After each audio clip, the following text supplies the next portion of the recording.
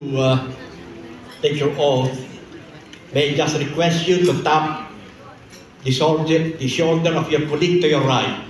Just tap the shoulder. And pakisabi lang,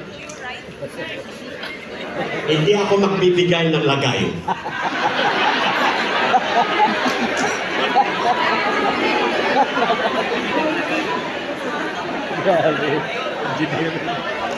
Kung maliit.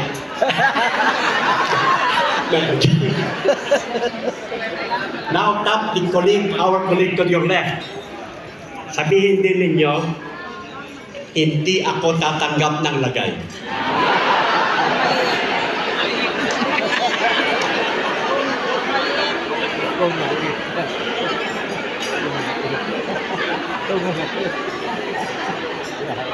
Thank you. Sabi ng iba, kailangan daw tumayo rin yung mga members of the Board of Governors. And say the same thing. Now, to the inductees, pursuant to Section 18 of Republic Act 8560, otherwise known as the Genetic Engineering Act of 1998, as amended by Republic Act 9200, all successful candidates in the examination shall be required to take an oath of profession before the board or any government official authorized to administer oaths prior to entering upon the practice of the genetic engineering profession. So now, kindly raise your right hand and please follow after me. Ito yung panunumpa ng professional. Ako si, kindly state your name, ng yung ay taimtim na nanunumpa na itataguyod ko at ipagtatanggol ang saligang batas ng Pilipinas.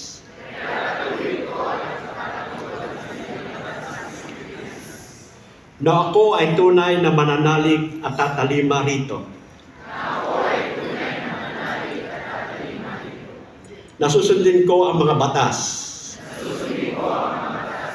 Mga utos na legal. At mga atas na ipinahayag ng mga sadyang itinakdang may kapangyarihan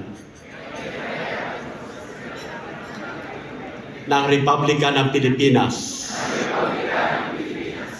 At kusa kong babalikatin ang pananagutan ito nang walang anumang pasubali o hangaring umiwas. Taimtim pa rin akong nanunumpa na sa lahat ng panahon at pook na kinaroroonan ay may pit akong manghahawakan sa mga ethical at tuntuning professional ng mga genetic engineers sa Pilipinas. At marapat kong gagampanan ng buong husay sa abot ng aking makakaya ang mga tungkulin at pananagutan iniatang sa isang itinakdang genetic engineer.